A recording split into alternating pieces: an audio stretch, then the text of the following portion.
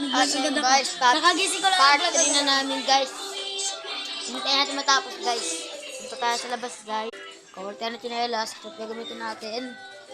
At ito na siya guys. Napakita natin mapatuyo na siya guys kasi. Ito na siya guys.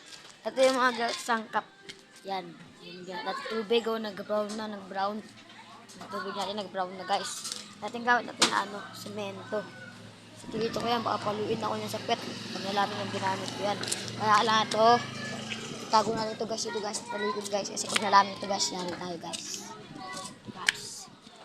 Ito na sa guys, so palapit na sa guys. Bilog na sa guys.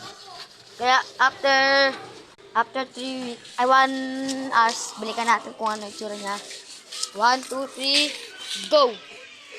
After 1 hour, babalikan na natin guys. Kawat tayo chinelas. Kasama po ako